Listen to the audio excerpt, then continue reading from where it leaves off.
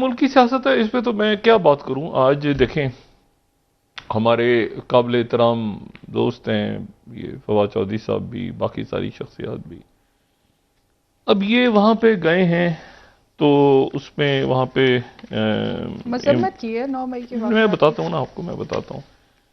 वो वहाँ पे गए हैं और मैंने उस दिन बात की थी ना कि कुछ रोज़ पहले जो है वो, कल या परसों मैंने बात की थी फवाद चौधरी से। अब वो वहाँ पे गए हैं, उनकी बड़ी अच्छी मुलाकात हुई है शाह महमूद कुरैशी साहब से, और मुलाकात जो है वो अडयाला जेल में हुई है, जो कि पंजाब गवर्नमेंट के अंडर है, और ये प्रॉपर फैसिलिटीज़ जो खुद भी बता रहे हैं वो कि जी अलग से कमरा और कोई भी नहीं, तो आराम से खुली टुली बात हुई है।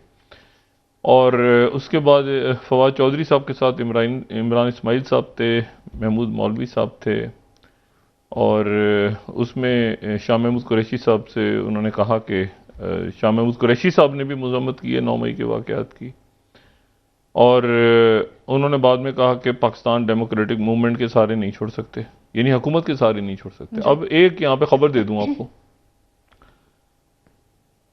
हुकूमत इनको मुल्क से बाहर जाने की इजाज़त देने वाली है, सबको ईसीएल से नाम निकालने वाली है। अनकरीब आपको फवाद चौधरी साहब और अली जदी साहब मुल्क से बाहर जाते अच्छा। नजर आएंगे जी। ये एक इमरान खान साहब के लिए एक कई हवालों से लेसन है।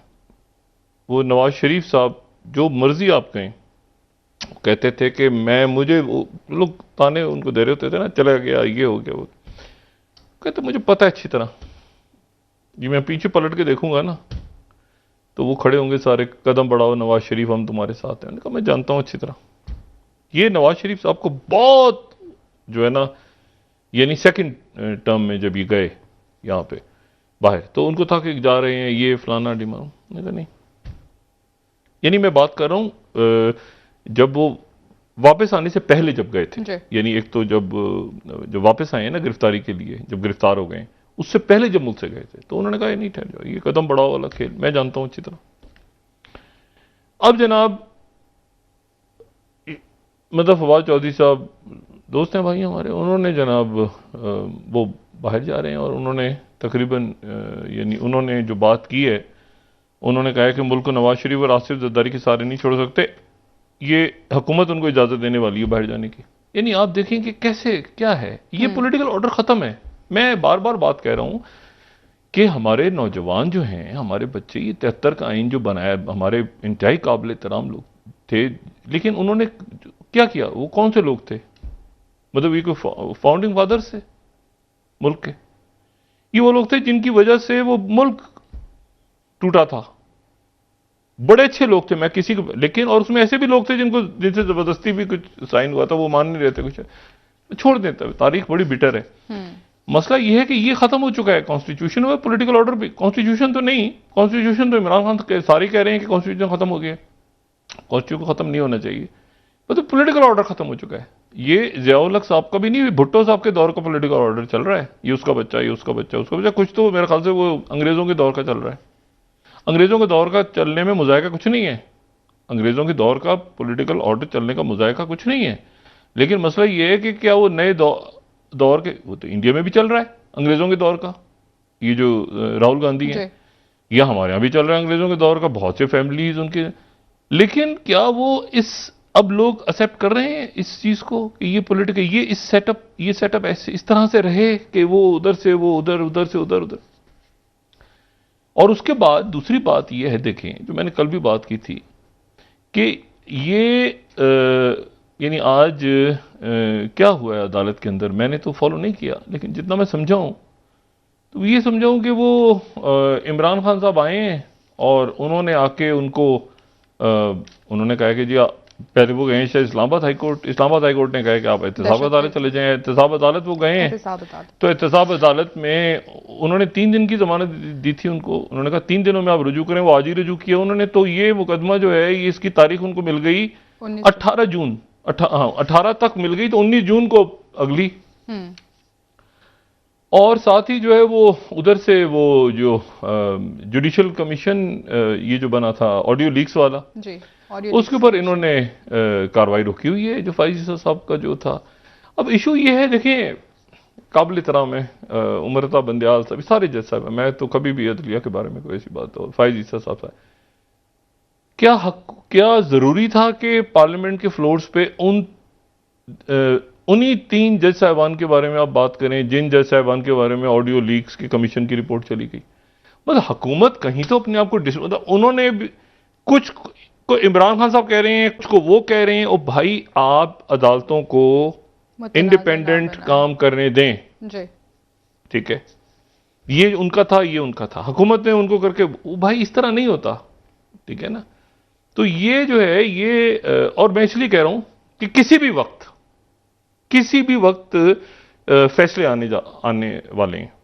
ये जो ट्रायल वहां पे चल रहे हैं ना, वो तो ये वो अलग दुनिया है। वो अपना 9 मई का जो पहिया है ना, वो तेजी के साथ चल रहा है और बेरहम अंदाज में चल रहा है। और उसमें जो है वो आप जरा तसव्वुर करें, यानी कौन से क्या भाई, वो मुझे भी नहीं पता था, मुझे भी नहीं पता था, मुझे भी नहीं पता था, मुझे भी तो इमरान खान ने किया सारा। अच्छा, ये सारे वहां पे लड्डू पेड़े खा रहे थे बैठ के, वजारतें, चीजें, मस। अच्छा, तो ये तो अभी है ना।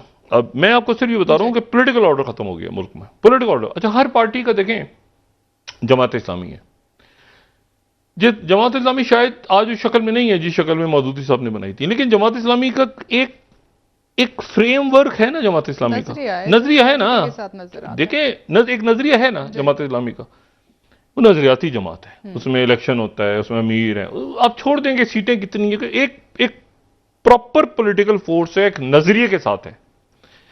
आप इसी तरह से देखें तो एएनपी, आप छोड़ दें कितनी सीटें हैं, क्या एक नजरिए के साथ है। मैं बात कर रहा हूं, एक तो पॉलिटिकल ऑर्डर खत्म होने की मैं बात कर रहा हूं, लेकिन साथ ही मैं दूसरी बात भी कर रहा हूं। एक आपको एक नजरिए के साथ, एक नजरिया क्या है जी, नजरिया उस वक्त जनाब बादशाह खान के दौर से पूरा एक नजरिया है, ठीक है। उनका एक पॉइंट ऑफ व्यू है अफगानिस्तान के हवाले से, ये जो अफगान जिहाद के हवाले से एक नुक्ता नजर है जो है, ठीक है। अच्छा, एमक्यूएम का भी एक नजरिया था, है, वो हैं से थे हो गए वाला क्या था, उस छोड़ने वाला एक नजरिया तो था ना कि जी यहां पर कोटा सिस्टम खत्म होना चाहिए। एक नजरिया था, प्रॉपर नजरिया था जो अपील करता था। और अभी भी वो नजरिया तो एग्जैक्ट, वो इश्यूज तो मौजूद है ना अपनी जगह पे। वो किसने क्या किया बाद में, वो छोड़ दो, इश्यूज हैं अपनी जगह। कराची की आबादी कितनी है, कराची का पानी कैसे, मसाइल कैसे हल होंगे, वो अपनी जगह मौजूद है, नजरिया है ना, नजरिया तो मौजूद है। पाकिस्तान पीपल्स पार्टी एक नजरिए, अब छोड़ दें कि वो क्या अयूब खान का, सब छोड़ दें, एक नजरिए के साथ चंद शख्सियात बैठते हैं, प्रॉपर ब्रेनस्टॉर्मिंग होती है, प्रॉपर ब्रेनस्टॉर्मिंग। इस तरह से मईशत होनी चाहिए, इस तरह से आइन होना चाहिए, इस तरह से जो है वो आपका मतलब उस दौर के लिहाज से वो एक नजरिया, एक पूरा आइडियोलॉजी है, बिल्कुल, ठीक है। अवाम, मईशत कैसे होगी, इस्लामी सोशलिज्म को दरमियान में लाए उस वो दौर ऐसा था ना। कई मुल्क ऐसे थे जो इस्लामी मुल्क थे, सीरिया और कई मुल्क बेशुमार, लिबिया वगैरह, जो कि सोवियत तो सोशलिज्म एक लेकर आए, एक नजरियाती जमातें। अब ये जो जमातें बनती हैं, और भी बहुत सारी जमातें हैं, आप छोड़े नजरियात बनी हुई जमातें, चाहे वो आप कहें कोई बलूचिस्तान में बहुत सारी जमातें हैं, वो कहते हैं कि बलोच हकूक, बाद में उन क्या होता है वो छोड़ दें आप, मगर ये जो जमातें बनती हैं ना, मैं कोई नाम नहीं ले रहा और मैं कोई जिक्र भी नहीं किसी का कर रहा, सब हमारे दोस्त हैं, सब काबिल एहतराम हैं।